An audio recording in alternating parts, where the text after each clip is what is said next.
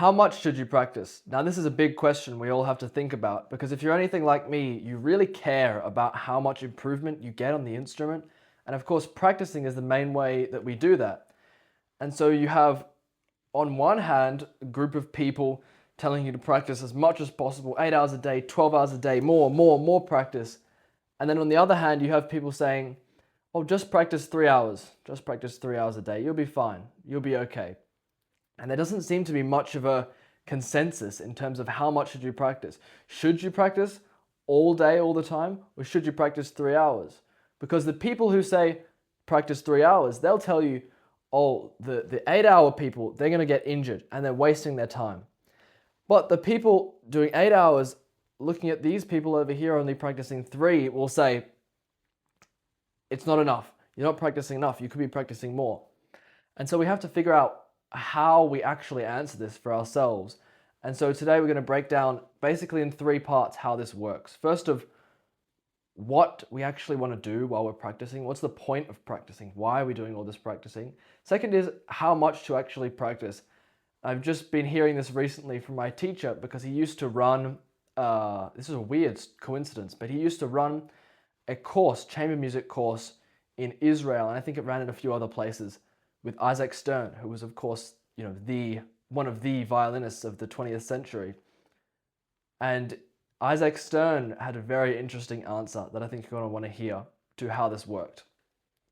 And then after that, how to split up that practice, how to make the most of the amount of hours you get. Because obviously you practice 3 hours or you practice 8, no one's practicing those hours straight. As in 5 o'clock you start practicing, 8 o'clock you finish, just like that. There's a bit more nuance to it. So first, why do we practice? Now this is an interesting thing to consider because all practicing is not equal and there are different forms of practice that we have to consider and there are different things that those types of practice are used for. So the first thing, Galamian in his book splits this into basically 3 parts. That you have performing, you have interpreting, and you have building, right? And they sort of go in that order or reverse. So building is the practice time spent, scales, exercises, etudes, etc., right? Interpreting is then the time that you spend on pieces, piece-specific problems, on the music of that piece, and on how to make it come across reliably, right? Not just one time in a practice room. And then performing is bringing it actually to the stage, actually live. And so Carl Flesch was one of the earlier people to write on this, and he wrote that you should spend 2 hours a day performing practice with piano, which of course nearly no one has the luxury to have an accompanist available 2 hours a day to perform, unless you happen to have that fortune. Then maybe that's a good idea for you. But we sort of have to figure out how to balance our building, interpreting, performing, and then on top of that, how to balance our learning in terms of recordings we listen to, master classes we watch, because that should be included in your practice as well. That should be an included part, a scheduled part of your practice, because it's one of the most important things. You don't have anything to work on in your practice if you haven't learned anything, right? The whole point was that we learn the things through the lessons, the master classes, we listen to a recording. Then we come back and we figure out how we put that into practice. So maybe you say you listened to a recording of Zigeunerweisen, Sarasate, right? And you were playing that. Yeah. Say you were playing that, you listened to a recording, and then you thought, oh, that's an interesting tempo there, or an interesting bowing, or interesting dynamic phrasing, whatever. So then you would try put that in your sort of interpreting practice. And if you couldn't do it, then you'd have to go backwards, right? If you didn't have the technical ability to maybe play the run that fast, or make it such a sudden decrescendo or crescendo without messing up the sound, you would have to go back and work on that in your building part of your practice. So those are essentially 3 or 4, 3 plus 1, building, interpreting, and performing, and then there's the learning phase. And each of these have different purposes and should be used at different times. Now, generally, you should opt for a more sort of even split.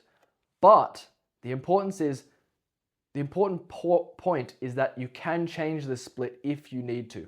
When you're coming up to an audition, when you're coming up to a performance, you should lean far more towards the performing and the interpreting. That is, you should be working on the piece far more and working on your performance far more than working on your general technique.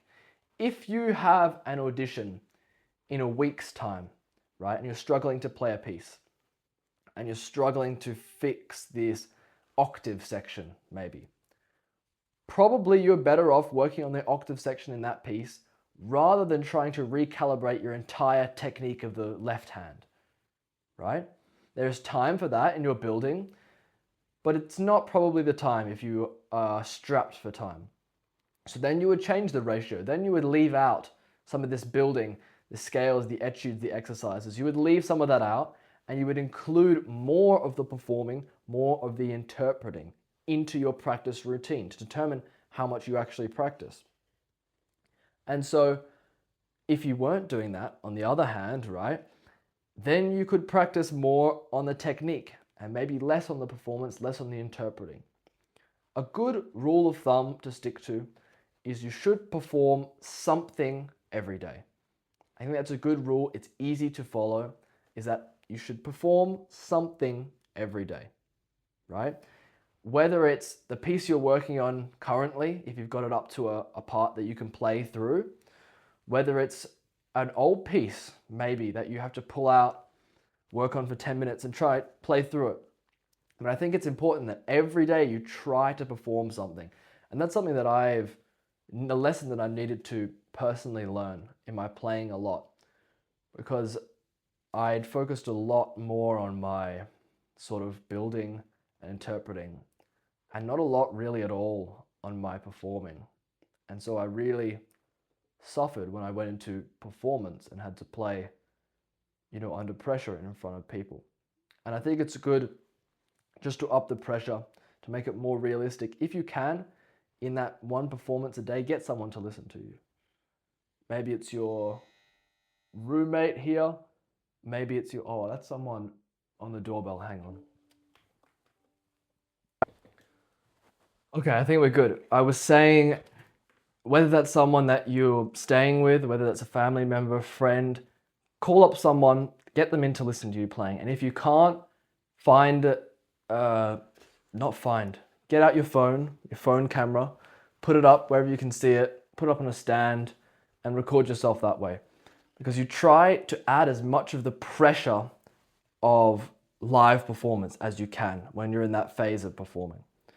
So that's sort of the first part, is that we have these 3 plus 4 parts of practice, and we have to figure out how to split them. And the split depends on what your goals are at the moment, right? The split depends on whether you have to perform very soon or whether you don't have a performance for a long time. Maybe you have a holiday break or something. And in this time, you can work more on the technique section and the pieces rather than having to be forced to have the pressure to perform all the time. Because sometimes that's good, but other times it can take away from other things we really need to work on. Then the next thing we have to think about is the total amount of practice, how much we practice. And the Isaac Stern answer to this, the story goes that a teacher asked about a student quartet after they played for Isaac Stern. The teacher of the quartet asked Isaac Stern, how much should these kids be practicing each day? How much should I expect from them? And Isaac Stern, he considers the question and he answers with, until it goes. Until it goes. He said, whether that's 3 hours if they're fast, if they're smart, whether that's 4, 5 if they're normal, whether that's 6, 7, 8 if they're a little slower. And then the joke, I guess, is if it's any more than that, you should consider another career. But for most, it's not. So Stern's idea was until it goes. And he applied that idea with himself when he had his first recital. He had his first solo Carnegie Hall recital, and it went very poorly. He wasn't happy with how he played. He got a bad critic review. And so he went away and he practiced for basically 10 hours a day. until it goes, until it was good enough. And so that's a really interesting lesson and perspective on how to work in your practice, to practice until it goes, which means not just practice amount of hours until it goes, practice in a way that'll make it go faster, right? So if you can find a way to practice, find strategies to use to up your focus in those practice sessions, to practice more efficiently, to get more benefit out of less time, then you don't have to practice as much, right? Whereas if you waste a lot of time, then it's going to take longer until it goes. So the answer is on how much you should practice until it goes. And of course, you want it to go in the fastest amount of time possible because we've got other things to do. We don't want to be practicing all day, right? So you divide up your goals for building, interpreting, performing, and your learning as well. Don't forget that one. And then you practice until it goes, basically. Now, the third thing we have to come to is how to divide up that practice, because there are a bunch of different ways, different strategies that we can take advantage of to divide up that practice, because no one is doing 3 hours straight, 4 hours straight practice. And if they are doing 4 hours straight, that's probably not the best way to do it. That is one way that you can do your 4 hours. Say we take 4 hours, which is a fairly average number of hours to practice. Generally tends to be from 3 to sort of 6, middle ground, right?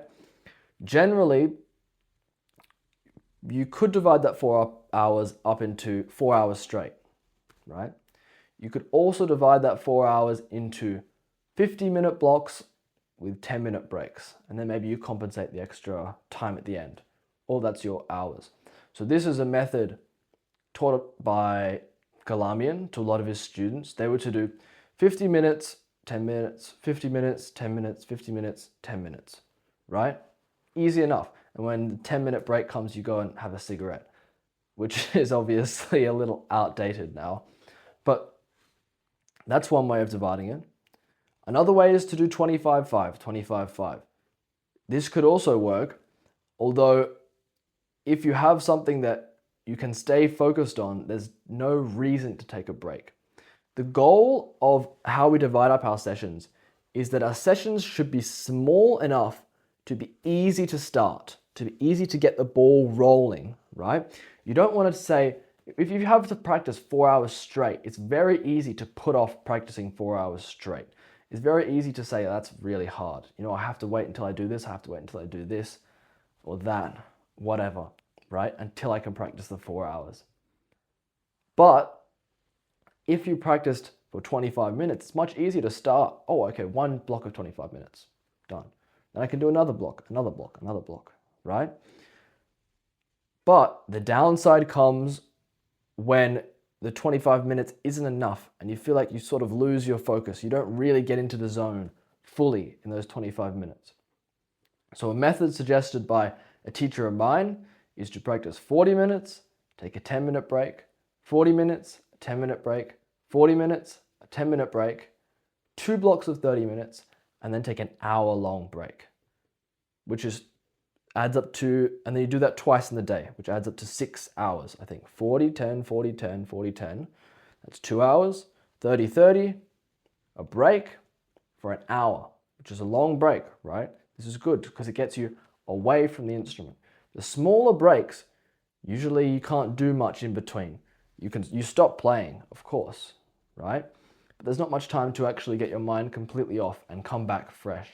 And this is a really beneficial thing, to come back completely fresh, because a lot of the learning and a lot of the retention that's done in your practice actually happens when you have those really big struggling moments.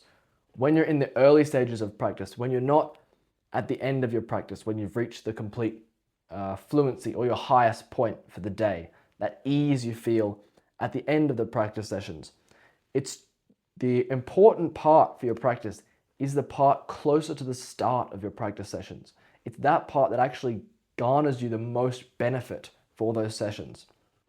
And so if you can try to take have a larger break in between, it sort of allows you to bring back that earlier feeling later in the day where you're struggling more. And that struggle, although it feels terrible in the moment, is what really leads to the most growth. So you have to think of how you divide your practice in terms of building, interpreting, performing, and learning. You have to then make sure you practice until it goes. If you're practicing efficiently and it doesn't go, you got to practice a bit more. Simple as that. But you should also try to practice as efficiently as possible. You try to implement the best strategies, and you should try to use your time and your focus the best. So that is the answer to how much should I practice. Now I'm going to tell you guys a little bit more. We'll do an update on the community. So here we are inside the community. This is what it would look like. Now I'm happy to say that for our update today, we have filled in basically all of the violin repertoire. So you can see this is our if we go in here, this is what the folders look like. This is what I was talking about in the video. Building, interpreting, performing, the important parts. Our practice principles course is just about completely planned out. It needs to, it needs to get filled out. But this page has been filled out, basically all complete. This is all of the violin repertoire you need to know. If you want, you can just take a screenshot and steal it all without joining. But it has all of the recordings, video and audio, right? So it's nice to have a video recording to watch someone play and not just listen all the time. And then we have all the scores, and that is basically done for everything that's in this complete violin repertoire course, which is great. So I will see you in the next video, and there will be another update to this then.